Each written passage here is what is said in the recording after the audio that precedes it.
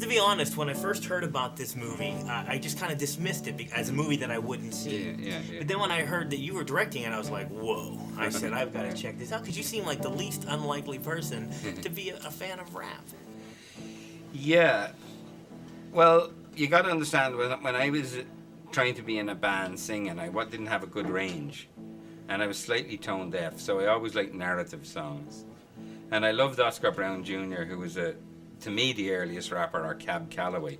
And when I came to America, I loved the Caribbean rap.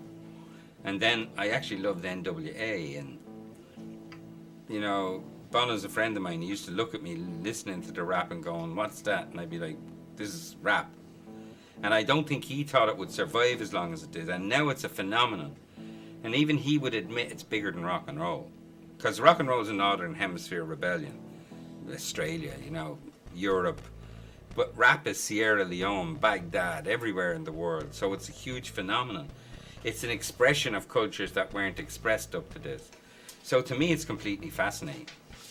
Now, casting Terrence Howard to me is like a no-brainer. Yeah, I mean, it really. But when you're putting so much into Curtis, I've never been acted before.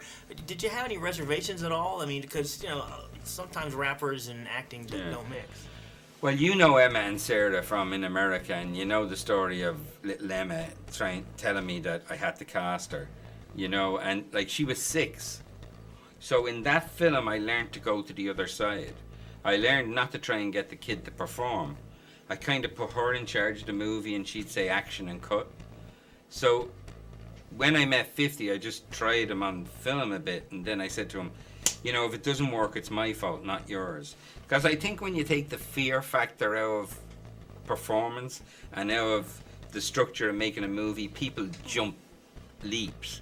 Because fear is a huge element of what happens in movies. There's an awful lot of money put into it.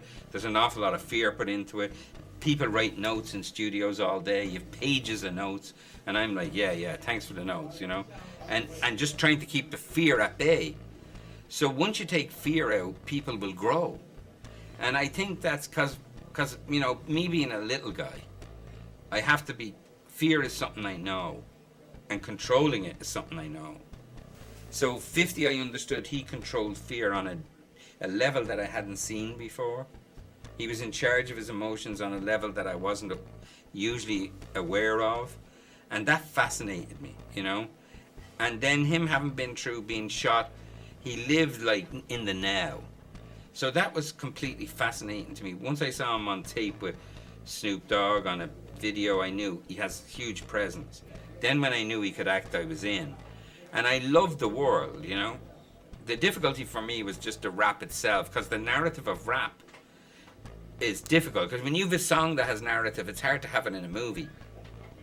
Because it has its own narrative and they've now different images. So the hardest part was the rap. The easiest part was his life, family life, the black culture. Not that I know anything about it. But I didn't want to do it like, oh, I'm doing a black movie. I was like, I'm just doing a movie, a white movie. I'll do any kind of a movie. Well, you're a master storyteller. Thank you. Thank you so much. Thank you.